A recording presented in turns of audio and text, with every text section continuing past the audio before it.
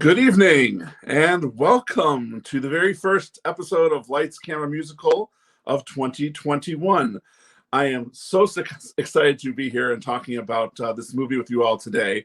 My name is Rob Weiner, and I am the Deputy Director and self-proclaimed movie musical aficionado at Farmers Alley Theater. And this show, Lights Camera Musical, is all about taking a look at some great movie musicals, these fantastic stage-to-screen adaptations.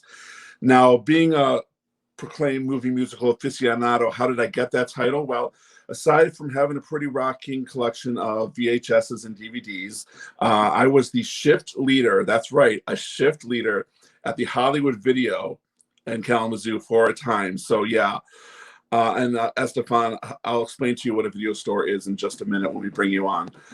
If you haven't read the intro or seen the graphic that was just in front of you, today's topic of discussion is the stage-to-screen adaptation of a Tony-winning musical from 1982.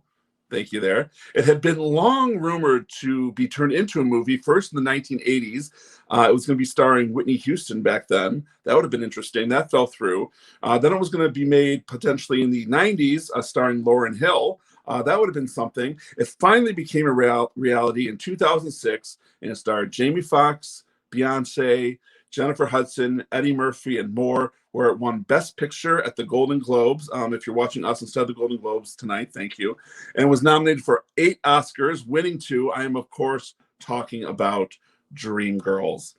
And I've got lots to say about DREAMGIRLS, and I've got some guests who have got plenty to say as well. We want you to talk with us as well and join the conversation. So if you're watching with us, thank you so much. If you're live, you can join the conversation and make sure that you can talk along with us. If you go to StreamYard.com/Facebook and share your thoughts, and if you're or any questions that you have for me or my guests or want to talk about the movie, put those up there, and our producer Jason will put those on the screen as well, and we can hear and see who's with us. But before I bring in my special guest, just a quick overview of the story of DREAMGIRLS, if you don't know.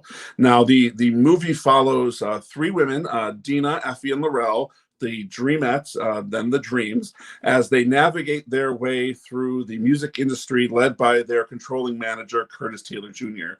Now, the story is culled very much from the real-life stories of Diana Ross and the Supremes, her relationship with Motown's Berry Gordy Jr., and the life of Florence Ballard, whom the Supremes replaced in 1967, as well as Mary Wilson, James Brown, others as well in the Motown scene. But before we get really deep into DREAMGIRLS, I want to bring in a couple people who were involved in a wonderful production of DREAMGIRLS back in 2016 from Face Off Theater.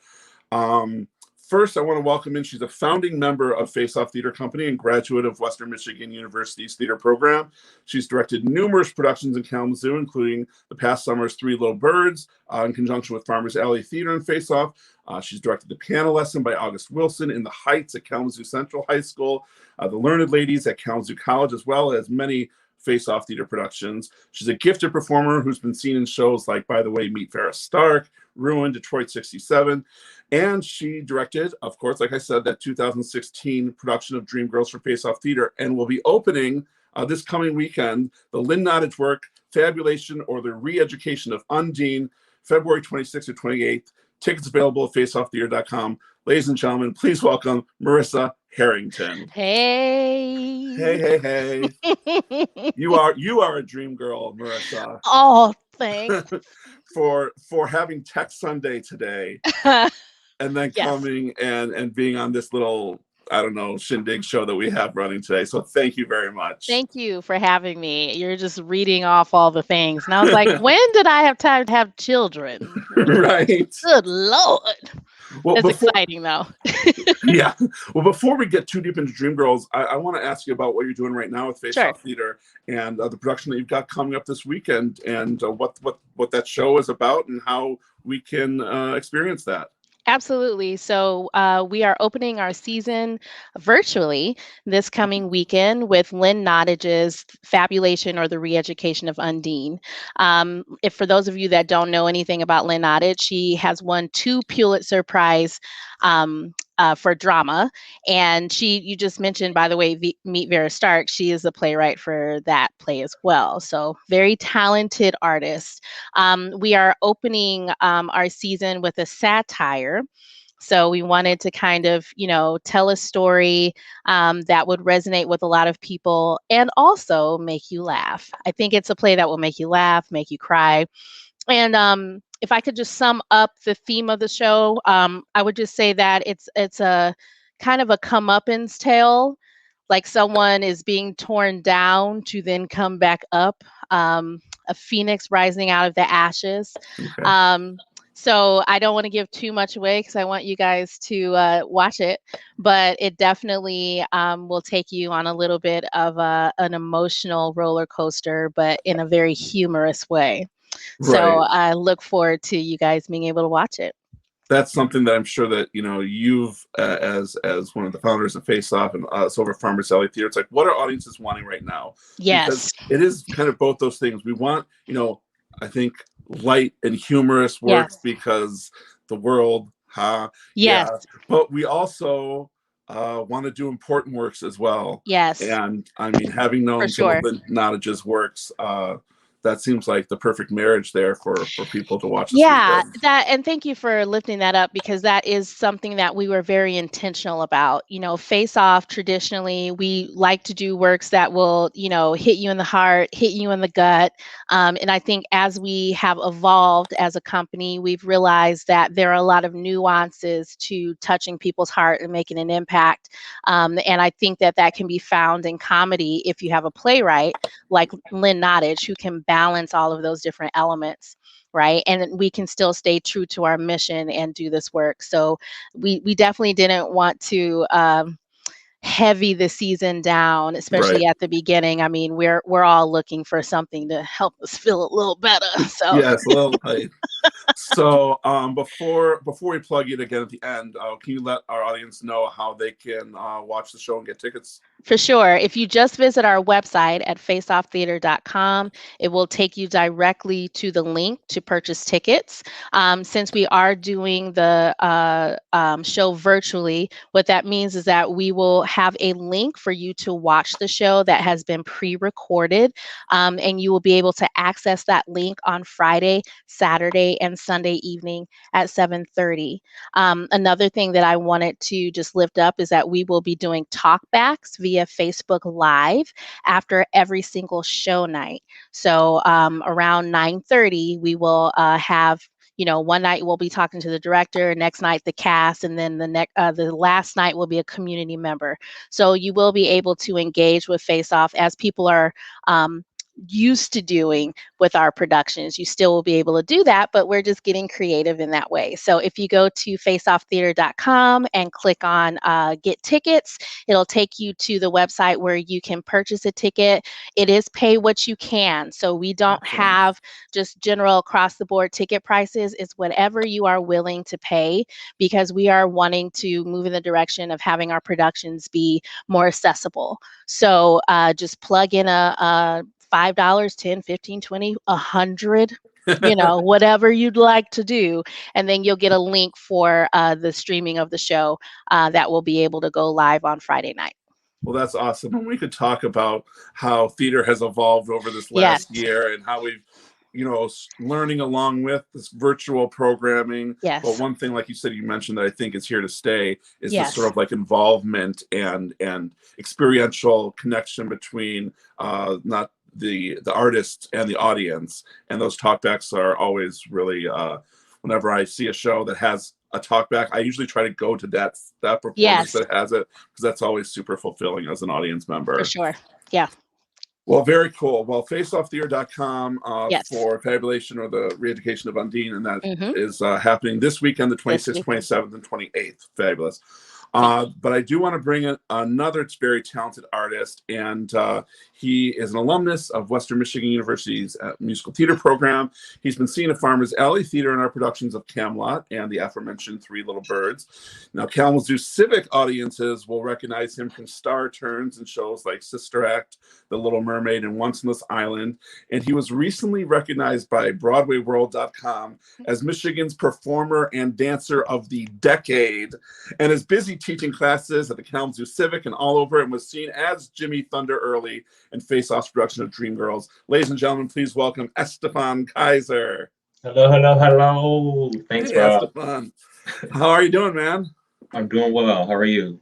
Doing real well. You know, I see your picture online all the time now because you're doing this for this theater company. We're so thankful that you're here participating in tonight's discussion about Dreamgirls. But before we get into that, I don't know if you want to tell folks about what you've been doing and the classes that you've been involved with. Yes, I've been collaborating with the Kalamazoo Civic Theater, doing outreach, Pay What You Can, dance conditioning class that focuses on just getting our bodies to move through the kinesthetic sphere, decompressing and just doing some meditation, getting our bodies moving around, doing a little movement, not too much, not focusing on dance too much, but just trying to get our bodies back into it. We are in masks, so that is a challenge, even for me, because I'm a sweater. So that just adds a whole nother level to the craziness that goes on with movement. And it's a max of 9 people in the room at a time. So that's so these are in-person classes. These are in person. Yeah, awesome. These are in-person classes. They're on Tuesdays and Thursday evenings. Wonderful. Well, I'm sure you got some of that kinetic energy involved with your performance as Jimmy Early in Face Off. Now, I unfortunately wasn't able to see that production. I know Jeremy Koch, our artistic director, saw it. I was talking with Este'Fan about it earlier. I've never actually seen the stage version of Dreamgirls, just the movie version. And Marissa, I don't know if you want to talk about, what it was like putting on that production. I know it was at a church off Romance Drive, I believe. Mm-hmm. And yes. Jason, I know we've got some photos that we could cycle through as well as we talk about the show. Yes. So, we as a theater company were brand spanking new when we produced this play. Yeah. I mean, when you want to talk about just extremely crazy. Were we crazy? I don't know. We just thought the story was great. It was 10 years from when the movie came out. It just made a lot of sense for our season that year. So we took a stab at it. I will say that the reason why you don't see this play produced a lot, this is my theory. My theory is it was always supposed to be a movie. That's my theory. Let me tell you why. Because you're going through the transitions and the songs and all the costumes and wigs and changes, and you go, how do you do this on stage? Because there's very little transition. There are 50,000 costumes, 50 wigs, gloves, everything, a large cast. After we produced the play, I kind of took a step back and I'm like, first of all, so proud of ourselves for doing that as a very young theater company with very little infrastructure, right? But the other part about it was that I took a step back and I was like, man, people don't produce this play for a reason. It's great. Like, the music is great. You can get some really talented actors and dancers, but logistically, as a producer, you start realizing, oh, this thing is tough. It was a beast. And I'm so, even now thinking about that play, I'm in awe of all of the super talented people that we had. We had a phenomenal choreographer. I mean, singers. I mean, Este'Fan in just Este'Fan, right? Singing, dancing, just triple threat, right? Woo. And if you can imagine the same caliber of actors as Este'Fan, it was everybody. I mean, just powerhouse people in this play. So I'm just so humbled to even think about it now, of how we were able to do that and pull it off, and beautiful costumes and talented performers, great dancing. Like, it was just, It was a great show. It was a great show. Well, maybe you had to be a young theater company to be that crazy enough to pull it off, because Apparently. having known what you know now, you might be like, maybe let's take a step. I'll film it. Now I want to embarrass you both a little, because here are some quotes from the review from Marin Hirons. Quote, director and co-founder of Face Off Theater, Marissa Harrington puts together a triumphant show with an extraordinary 26-person cast full of virtuoso performances. DREAMGIRLS aims high. It's an enormous undertaking, and this production is an impressive success for an ambitious company in their second season. That's the word, ambitious. There you go. That's the word. Yes. And then as far as Este'Fan, and she says, Este'Fan, she the whole like performance was about you. Este'Fan Kizer is an extraordinary vocal stylist with explosive moves and energy as the soulful Jimmy Early who refuses to whitewash his music and performances. Kizer successfully channels James Brown for the role while making it his own and transcending mere imitation. Every time he takes the stage, the temperature in the room rises. Yes. And he rightfully nearly stops the show when he goes rogue with the rap. Yes. Now, that's not the first time I've heard people talk about the temperature of the room when Este'Fan is on stage. Yes, I remember that true. especially after your performance in Sister Act. But what do you remember most about that production, Este'Fan? Like Marissa said, it moves very quickly. As a director, I'm sure you're like, this is a lot. There's a lot going on. But as a performer, it's like you're doing a show within a show. As Jimmy, you're in a concert, like within a show. So you're like performing your concert on stage for your fans, in the show, and you're doing a show at the same time. So it's like layers on top of it. And then those transitions are very so smooth and fast that you have to just kind of go with them and move through them. The songs are back to back. It's kind of like an operetta in a R&B funky kind of version. Yes. Because it just stays music. Now, Este'Fan, what does R&B stand for? Rhythm and blues. Well, what does Jimmy Early think it stands for? Rough and black. Both are true. Yes, both are true. Yes. Well, that's awesome. And we'll talk a little bit more. You guys will have to fill me in with some of the changes from the stage version to the film version. Now, some general thoughts about the movie. Now, when the movie first came out in 2006, I remember I saw this. It came out on Christmas, I want to say. And I saw it with my family. We were visiting them in Detroit, and it was a packed theater. And it wasn't like this super wide release. So like, sometimes they release movies like smaller and then they widen out. And it was packed. And I remember just after she sings, and I'm telling you, floored. The audience in the movie theater applauded, and cheered and like stood up, I want to say. Yeah. And it's like, that's one of the only times anything like that has ever happened in a movie theater for me. Did you guys see the movie, in the theater when it came out? Yes. I cried like a baby. Yeah. It was beautiful. I rewatched it this past weekend, the extended version, sort of through a different lens too. Okay. Even everything and I was reading up about it. It had the largest budget ever for an all-black cast film. Uh-huh. And it shows, man, because it is gorgeous. It is. Costumes, the cinematography. Wigs. Absolutely. Yeah. Este'Fan, did you see the movie when it came out in the theater? I don't. Were you born yet? I don't know. Was I born yet? Oh, that's a good one. Yeah. No, I want to say I was in 7th grade when this movie came out.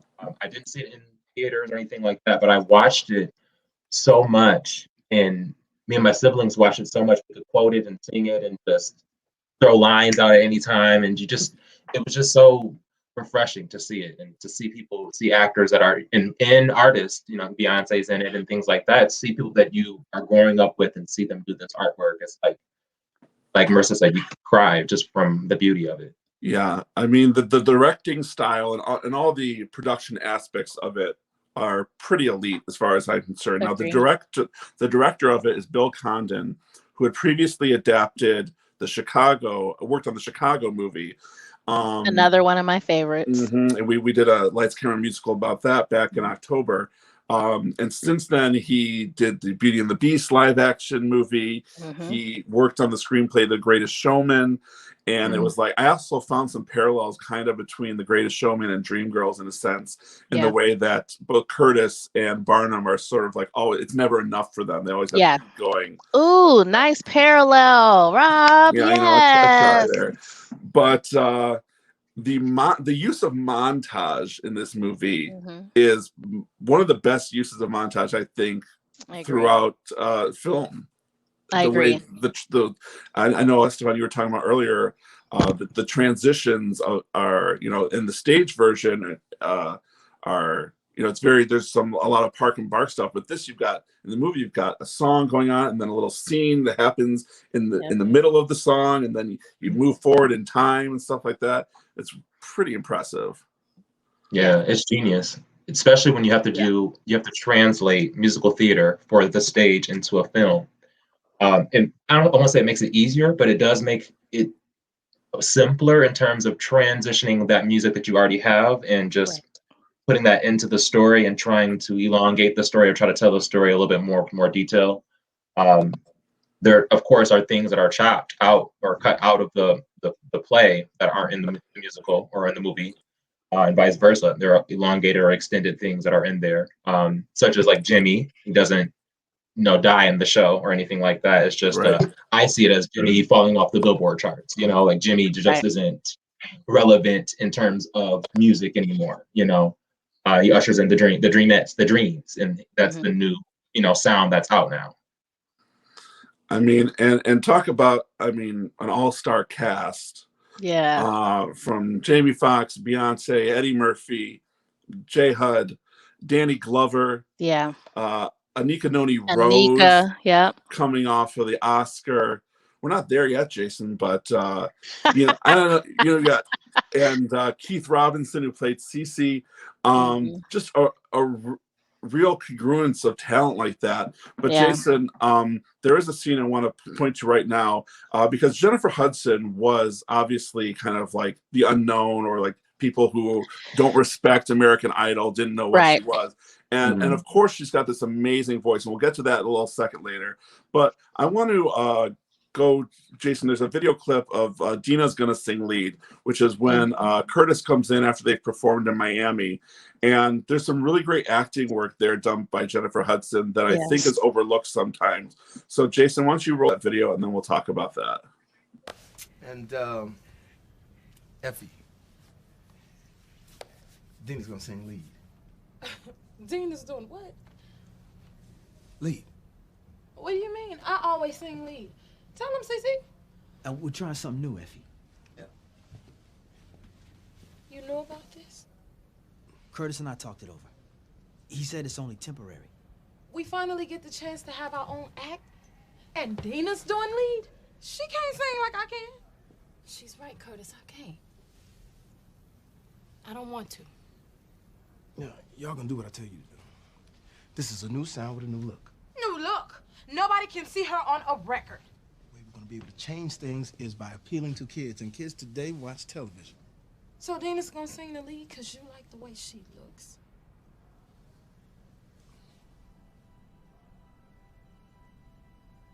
Am I ugly to you, Curtis? How I feel about you, come on. Don't make it personal. Well, what am I supposed to do? Deena's beautiful, and she's always been beautiful. But I've got the voice, Curtis. I've got the...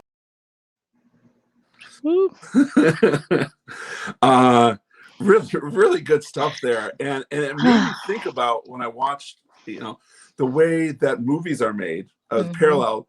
You have to have a lead actor. You need Beyonce in there, or you need a Jamie Foxx in there. Otherwise, these movies don't get made because they got to sell. Right. And, thinking about how many times an artist may have been passed over because they weren't the right look, even if they have more talent, because, a producer thought they would sell more. I mean, that's relevant today as it is as ever. I think we're doing, I think, a much better job of getting past that and being accepting and you know, sort of getting roles being played by more people than in years past. But it's still something very relevant. It's still a thing. And I watched that clip and then I think about our production. And so Christy Coleman, I know y'all watching know Christy Coleman. So Christy played Effie. Okay. Just every night during rehearsal, every time she sang, everybody's crying. Right. Okay. So we had Christy, and Deena was played by Marissa Rodriguez. And what I was trying to capture there is that exact conversation that you were just lifting up, Rob, and that was displayed in the movie, is that sometimes, well, many times in the entertainment industry, you know, the look is what's important, not the talent. And, you know, in our production, both women were very, very talented, just different sounds. And that's what we tried to focus on, is that their sounds were different. Christy has a very soulful, you know, heavy voice. And then Marissa has a very light, you know, kind of breezy voice that went along with her, you know, very fluid movements. And so you were able to kind of see that dichotomy there with the two of them. And it was just the story that told, right? Like Este'Fan was saying earlier, so many layers. And there's also, it goes back to a scene later then in the movie where Curtis is talking to Deena and he's like, your voice has no personality. Exactly. Or no depth, only what I give to you. And it's like, I totally recognize that now. I was like, look at this controlling, gaslighting MFer and like what he's doing to these women. And I don't know, this time watching it, I really disliked Jamie Foxx's character a lot more, I think, he did a great job 15 years ago. Yes, he did a great job. I think too, I don't know, Este'Fan, I don't know if you remember this, but we, with that same character with our production, went in I just didn't want him to be like a villain.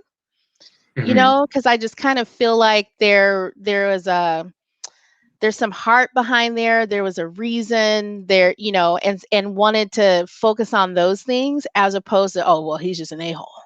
Right. You know, we tried to go in that direction with it, but yeah, it's hard. It's hard to watch Jamie Foxx in the movie because, you know, that's like an overall theme of the entertainment industry and the hopes, the ambitions, the portrayals of like how the industry is and like how people operate within the industry sometimes, you know, and it really shows that the lighter sound, the soulful sound, we need a lighter sound that's not so heavy on the mic, you know, in the microphone. We need something that's lighter to come through, and then that's creating this, you know, tip between Effie and Deena. Where is this coming from? Because all of a sudden we have this dynamic going on here to get to that point. Yeah. Now, I mean, we know how great the movie was but it won the Best Picture for the Golden Globes for musical or comedy.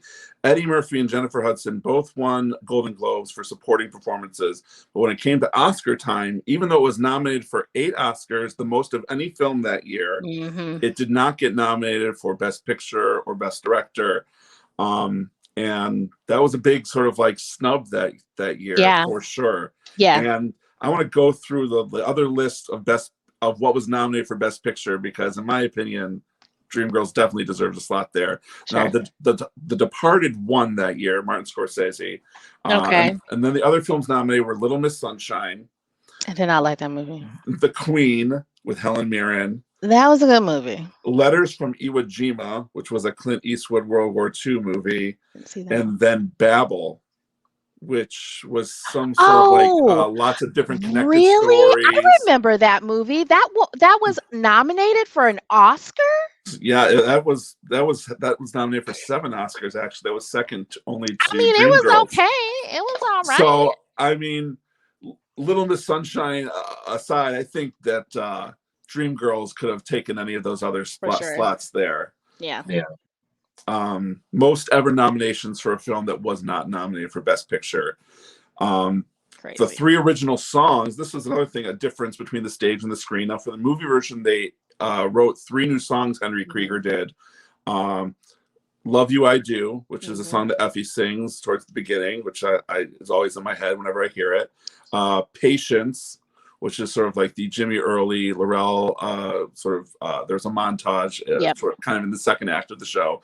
And then this 11 o'clock number for Deena, Listen. Yep. And all three were nominated for Oscars. In my opinion, I feel like Listen should have won for that, but Yeah. they gave that to a Melissa Etheridge song from the Al Gore documentary An Inconvenient Truth. Now, nothing against that song, but if you've heard Beyonce sing Listen, Yeah. or anyone else for that matter, that Goosebumps. is a true like 11 o'clock number. For sure. Yeah. For sure. I think we just hadn't yet, in the entertainment industry, we just hadn't gotten to the point yet where we were looking at things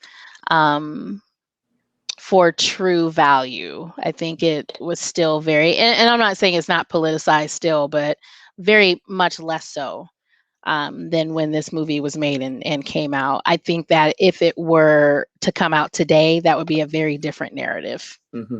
Well, I was thinking if it came out today, would Bill Condon, who's a white man, even be directing that Probably movie? not. Probably Probably not. not. I mean, not No. to take anything away from the job that he did, because I think he did a great job. I don't think that in a climate he would. For sure. Some other differences from the stage show to the movie. One that Este'Fan mentioned was that Jimmy Early dies in the movie, and in the stage version, it's not like that. Este'Fan? No, not at all. Jimmy does the rap. He comes out and does what? Is it the rap? I mention no harm, and then it goes into the rap. I want to say I mention no harm. Yeah, because he gets tired of doing his yeah. So he wants more soul. So he breaks off from doing I mention no harm and goes into the rap, goes rogue, and then after that point, Curtis comes in and is like, yeah, this is not going to work. You're fired, basically. It's kind of insinuated that his career is over and he just kind of disappears because the world of music is changing. Yeah, he sort of fades into obscurity. Yeah. Mm-hmm. Is the drug use part of the stage version as well? No, but I would say you can allude to it. Mm-hmm. I think so. He is a little unhinged, Yeah. But no, it's not explicitly like, oh, Jimmy's over here doing drugs. Okay. That's something I thought they added and extended to create more dynamic for the dreams. So for Laurel to have more of a storyline, of course, and to come back and see that actual trajectory of Jimmy come rock bottom and the dreams pick up from his career pretty much and take over. Well, I think the movie just in general expands all of the character stories, which you hope a movie would do, right? That we don't have time to do with a musical. Right. Well, Eddie Murphy's role in that is certainly one of the highlights. And as I said, he had won a bunch of awards leading up to the Oscars. And then he did not win the Oscar. Alan Arkin from Little Miss Sunshine won Best Supporting Actor. And apparently Eddie Murphy left the Oscar ceremony then after, sort of stormed out. And I mean, I don't know Eddie Murphy, but you heard stories about his diva-dom and stuff like that. So I've been a big Eddie Murphy fan. We were talking before. I think that he deserved that Oscar and deserved to be nominated for stuff like Nutty Professor. But we know the Academy doesn't recognize comedy. Right. But Jason, I know we have a little Step Into the Bad Side video as well. So get a little excited to see some of Jimmy Early and the Dreamettes perform Step Into the Bad Side. I have to step into the bad side. I have to take myself a midnight. Oh, you know that smile I had has gone away. Oh, that sins are gonna pay. Step into the bad side. Oh, man just stole my woman from me. Took her down Tennessee. She was the best girl I ever knew. If it wasn't for him, she'd still be true. Always been a good man that's been sad. When I catch the man, he'll wish he would dead. And like him, make good men mad. On the day I'm gonna be glad. Step into the bad side. I have to take myself a mean ride. You know that smile I had has gone away. So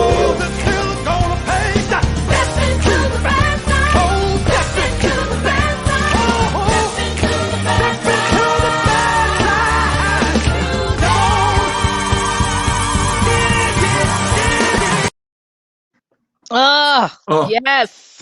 get the tambourines in there. Y'all. That's bringing back memories, man. Este'Fan, was there a certain number that you liked performing the best during that show? Jimmy just was fun in general. I just loved playing Jimmy. I really enjoyed playing him. I liked I meant you know harm. No. I liked Baby Baby. I want you, Oh, baby. yeah. Oh my I God. just love He It's made fun. love to the microphone. Oh man. I was channeling my inner Tony Braxton a little bit. It was great.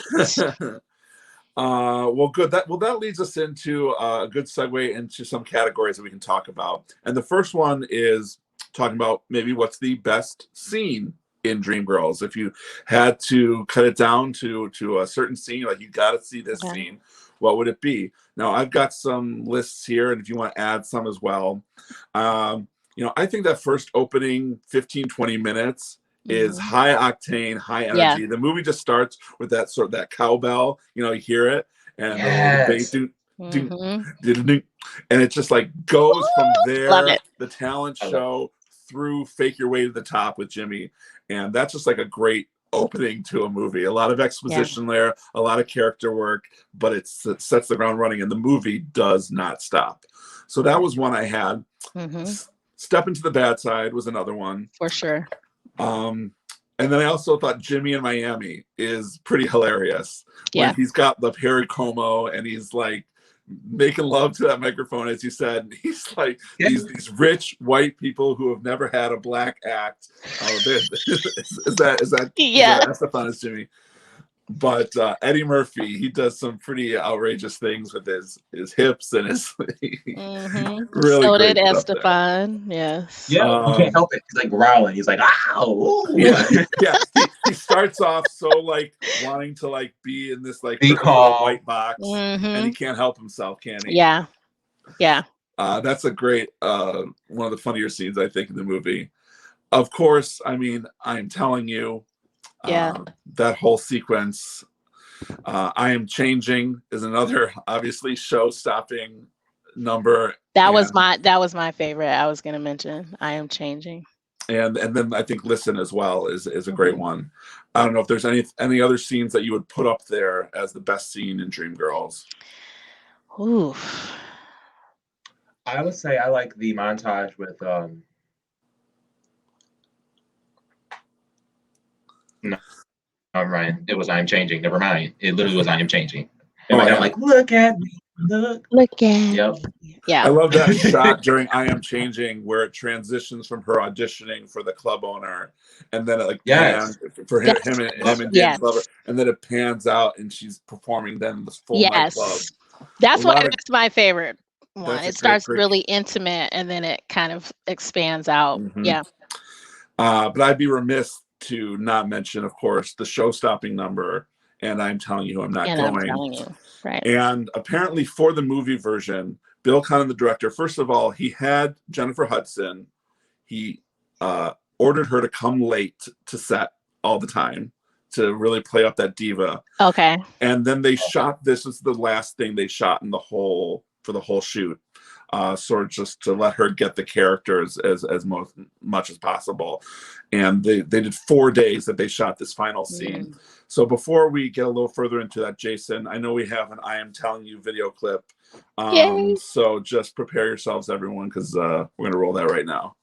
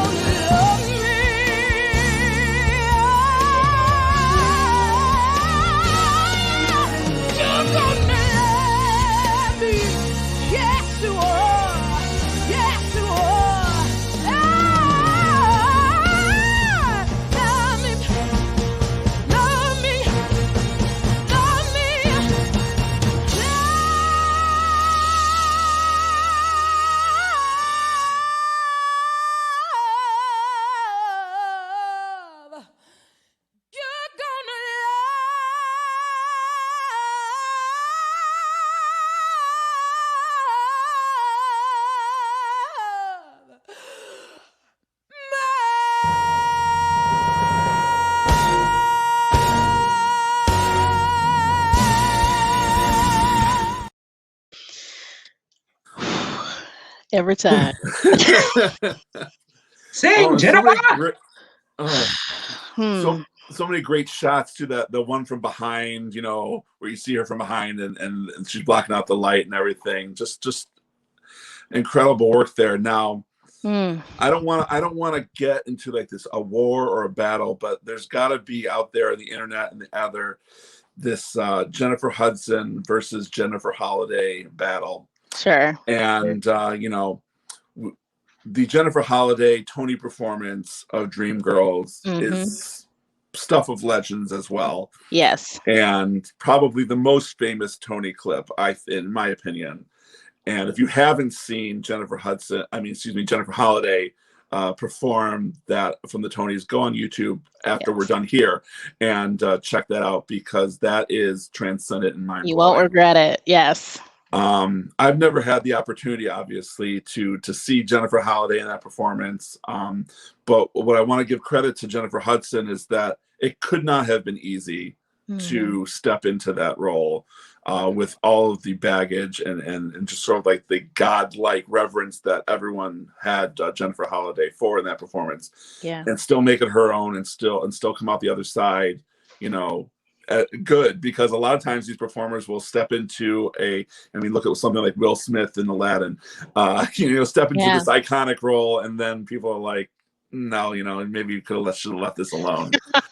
But although there are people that enjoy Will Smith, I enjoy Will Smith in that movie when he's not blue. But I don't know if you have any thoughts on Jennifer Holliday versus Jennifer Hudson or any of that. Man, that's hard. As you were saying that, I think Effie in general is a very, very difficult role to cast.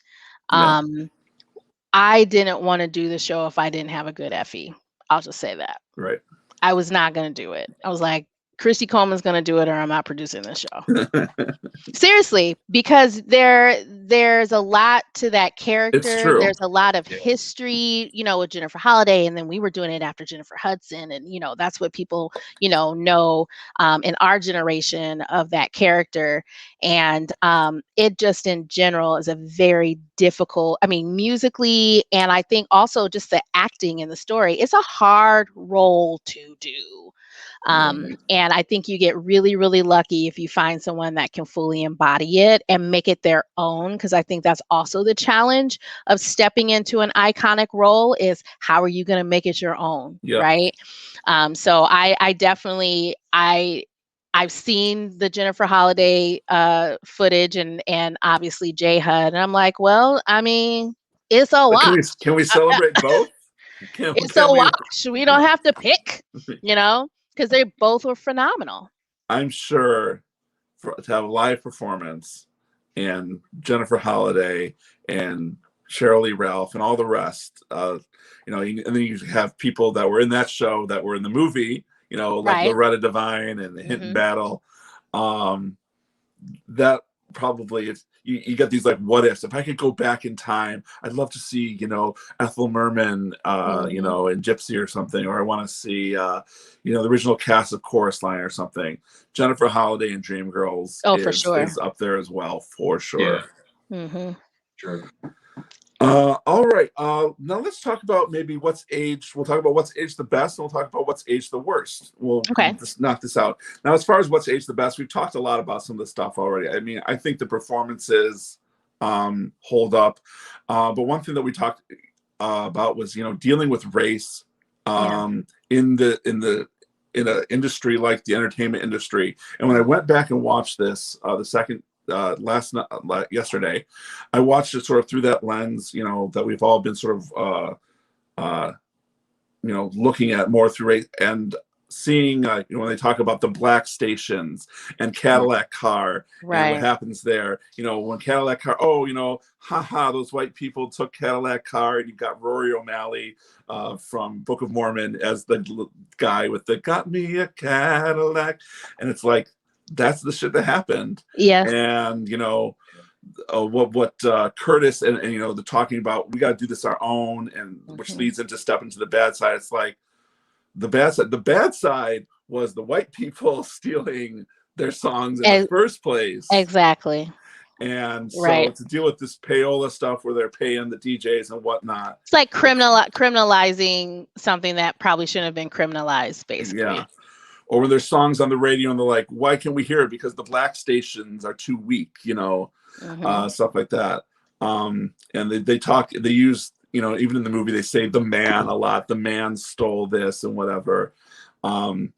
And I think it's touched on, and I think it could even go further within the script, Sure. But similar to a lot of the ways that Curtis is trying to appeal to a broader audience is the way a lot of producers and probably the producers of that same movie are thinking about. Yeah. Exactly. Appeal to this light, a lighter audience and something like that. So Mm-hmm. I think that's very timely and is aged, unfortunately well. For sure. Because, we're all, these movies and shows like, Hairspray, and it's like, oh, we solved racism back in the 60s. Good job, Right. everybody. It's like, Yes. no, we haven't. Yeah. Holding up a mirror and showing how far we have to go. But Yeah. certainly something that is, they dealt with, I thought, in a good manner in this movie. For sure. I like the fact that they, I felt like they were unapologetic about it. That is one of the reasons why Face Off had decided to do that play, that musical. We don't really do musicals. And we said, okay, if we do a musical, what musical are we going to do? And we chose Dreamgirls because of that story. Several stories that are within the show, because I think that it's talking about real issues and things that Black Americans in this country have really had to contend with, and that sort of like rise above part of our nature to, okay, so you guys aren't gonna play our stuff, we're gonna just do it on our own, right? So I think that that the movie and the musical touches on those themes, and I think that ages well because it's still relevant 2021, unfortunately. Anything to add on? We have so far to go, basically. Yeah, And agree. that's what Hairspray basically says, Yep. same thing. And so far, but we have so much further to go. This stuff was just only 40, 50 years ago, 60 Right. years ago. So, yeah, still got work to do. Mm-hmm. Absolutely. And then as far as what's aged the worst, now I don't want to say worst so much because I think the movie is pretty good, but I think that the script can be a little thin at times. Sure. And a lot of the stuff sometimes happens off stage, like Deena and Curtis getting together. Right. Effie comes in and says, you're sleeping with him and everybody knows it. I'm like, I didn't know. Oh, yes. That's one of the parts of the movie where I was like, I didn't Wait, even what? see that. Like he looked at her once when she was trying on a costume. Exactly. But I agree Yeah. with that. I agree with that, Rob. They could have done that a little bit better. and also, I don't know if there's some sort of reconciliation scene between Effie and Deena that the movie, I think it really just kind of washes like over that because it's It like did. Well, I thought first there was a of all, montage there.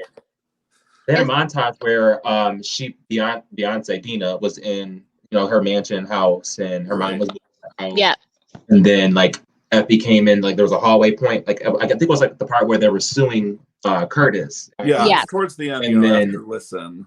Yeah. So Effie came in and Maybe. But yeah, it's at the just end, really fast. I Yeah. wanted a moment. I wanted a Right. moment of the friends coming together and burying the hatchet, and because they started out together. So seeing that kind of like full circle, right. Yeah. would have been nice as opposed to okay.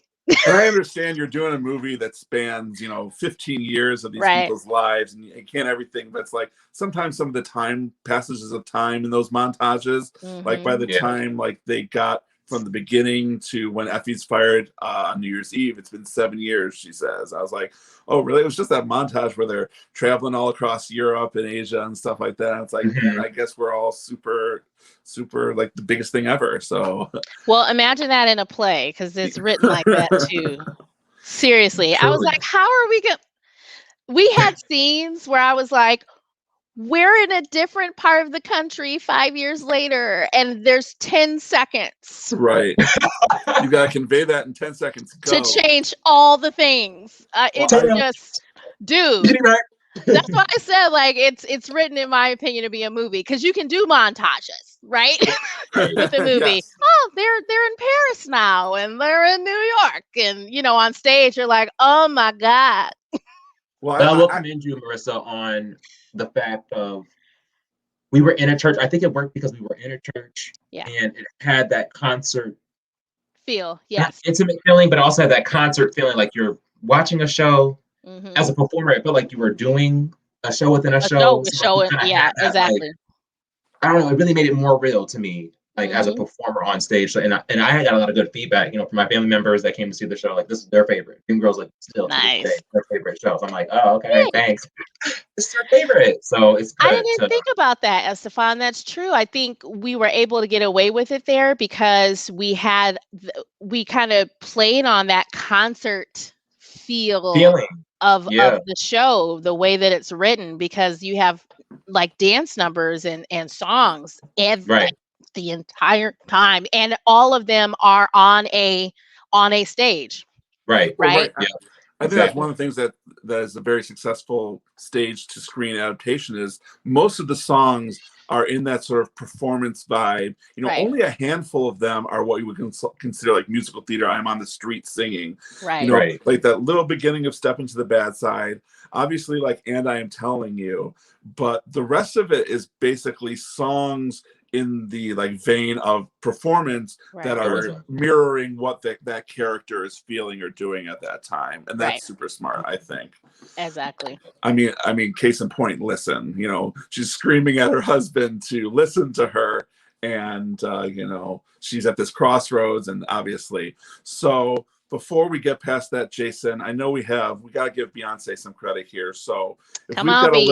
I got a little Listen video queued up, we can roll that right now.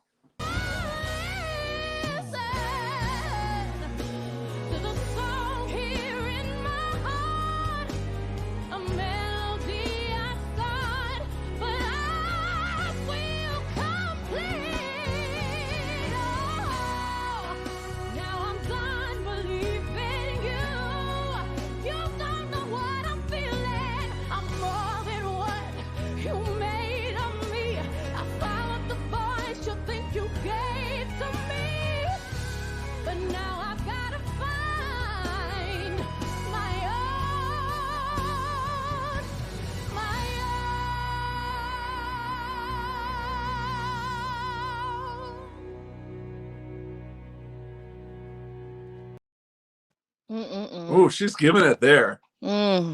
Yes, so good. And this This was is so good. Beyonce's first real acting role.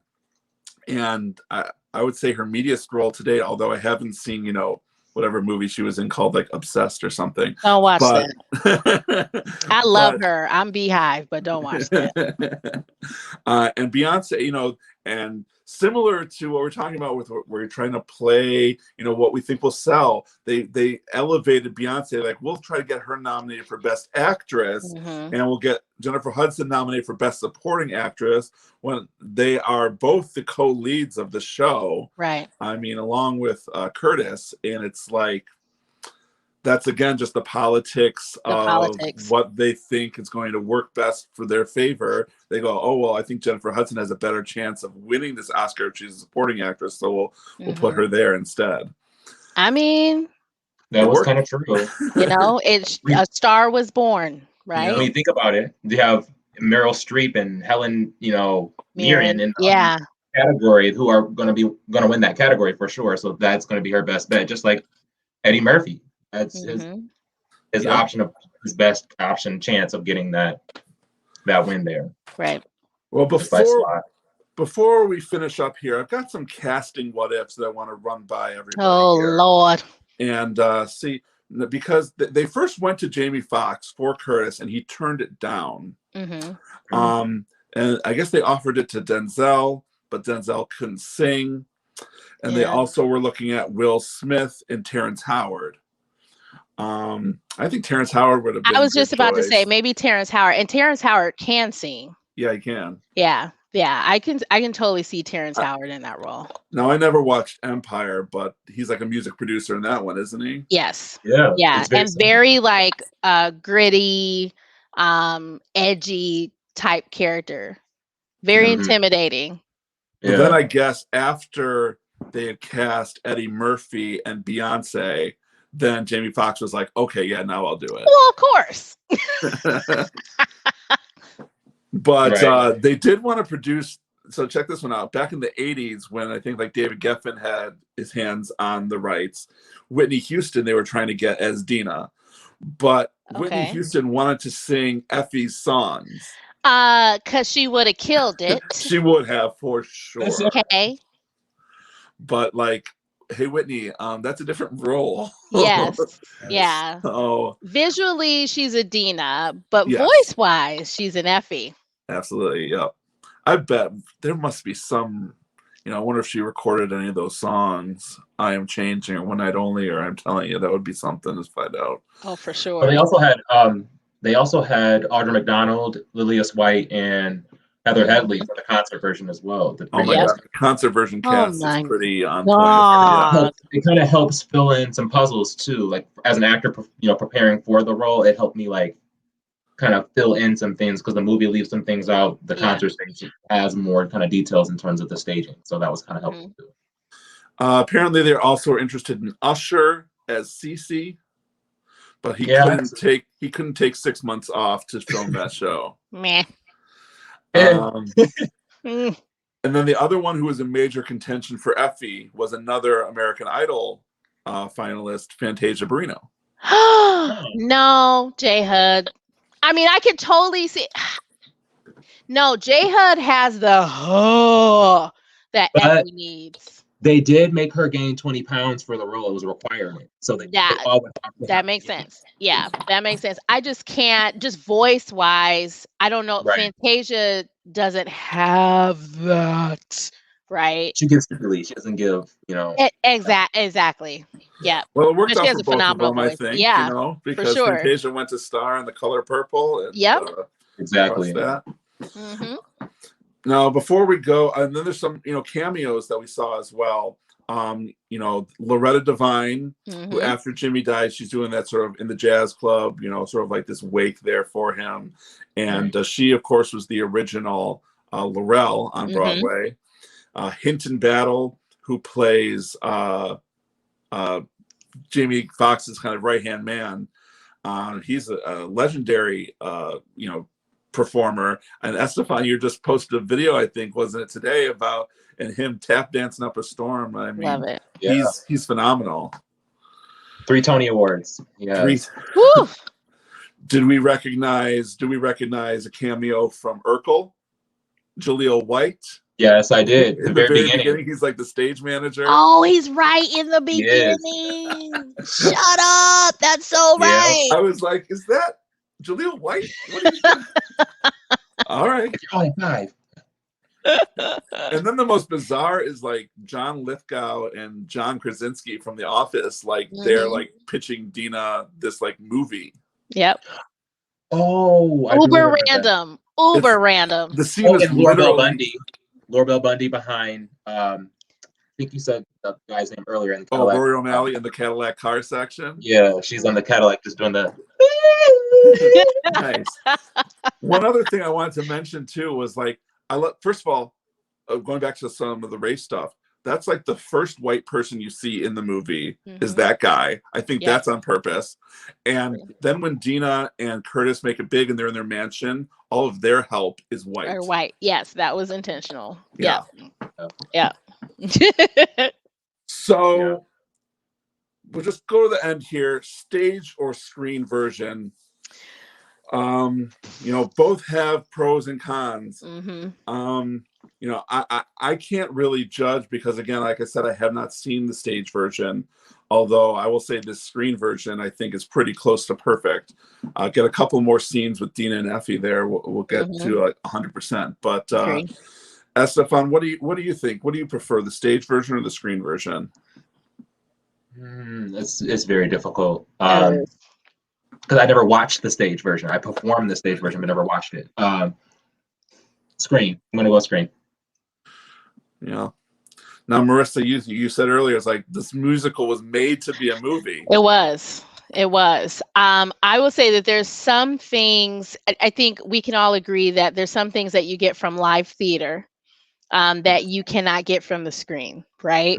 And so I would say because of that reason, stage is edging it out a little bit for me over screen, because seeing multiple performances of Este'Fan uh, doing Jimmy and different renditions of the same thing every performance. I'm sorry, can't make that up. Every time he takes the stage, the temperature in the room rises. I'll just keep that going. In a different way. So I just think, and all this is what I love about live theater and why I've been doing it for 20 plus years, right? Is because every performance is unique and different. And there's a magic that comes with every single performance that is similar than the night before, but different. And that, I'm sorry, like you can't manufacture that, man. Nope. Like you I get agree. one take and you're like straight, but like I saw 4 different shows. You Right. know what I agree mean? Yeah. So that's the only reason why I would say, like, just edging out a little bit. And obviously at, directing it and producing it, I was able to see everything, right? And even the picture, the stage pictures, and I don't know, there's just something so special about live theater. Yeah, it's very hard to replicate the energy of a live production on film, which is why I think so many film counterparts just never reach quite that level, and it's like one of these things where I was like, oh, I'm so freaking excited for the In the Heights movie, but I have such an emotional connection to the stage show. I'm like, I know I know it's going to be good. I'm just like setting myself up for some sort of emotional fall when it's not at the peak of the stage version, but it can't, because of that, what you said, Marissa. There's no way that these movies can live up to an elite stage version, because that magic is right there. It's just, you can feel the magic. Yeah. You know what I mean? Like, I'm sorry, you can't, you can feel Estefan's energy coming off the stage, right? You And can I feel feel like Christy Coleman singing. You know what I'm saying? And it's vice versa. As a performer, you really feel the audience like connected into you. Like you're just like, okay, I'm gonna give them this whole. I'm giving the show. Y'all want the show? I'm gonna give you the show. Here. Seriously, yes, yeah. It's so special. It really. I miss this show. Well, it was a dream to have both of you on today. Thanks, Rob. So before we close here, I want to thank both of you so much. And Este'Fan, I don't know if there's anything you want to plug away again to our audience. Let them know what you're up to and how they can learn from you if they want to come dance with you. Yeah, if you want to dance with me, come join me at the Kalamazoo Civic Theater. I'm doing dance conditioning through a jazz lens. There's some little meditation as well. It's pay what you can, Tuesday, Thursdays, high school to adult. Let's hop to it. Oh, and of course, we want to follow Este'Fan on Instagram. There, the deets right there. I'm sure you can search him as well. He's always posting really cool stuff as well. So give him a follow. Marissa. Yes. It's Tech Week. Break a leg. You're filming this week. Let our audience know again about what's happening.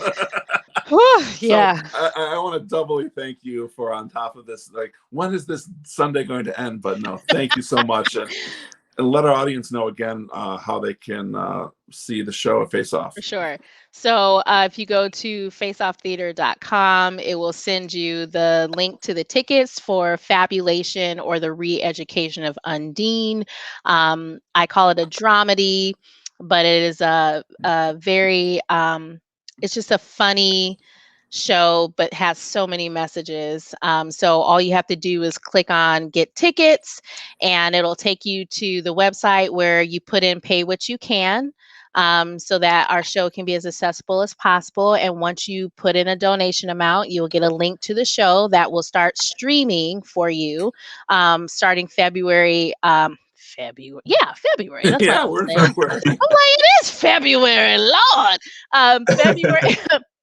February 26th at 7:30. Goodness gracious. Awesome.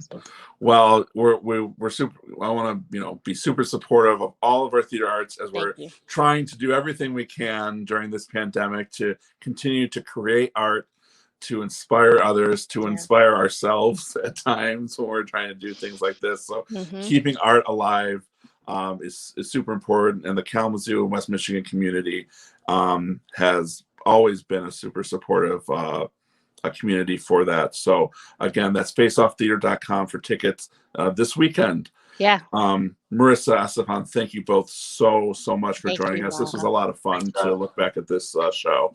Perfect. For everyone who's watching, thank you so much. We're going to be back a week from tonight with another episode of Broadway Battles.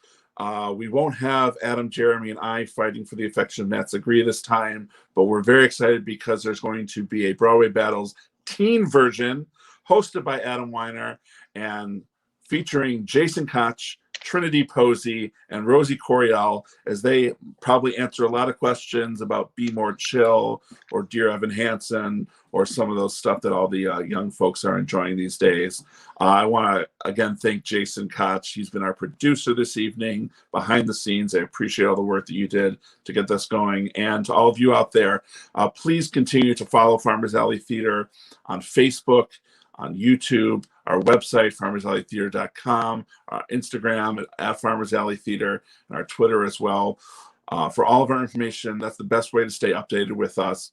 And if you like what we do here, and if you want to give back to Farmers Alley Theater in any way you can do so by going to, I believe, farmersalleytheater.com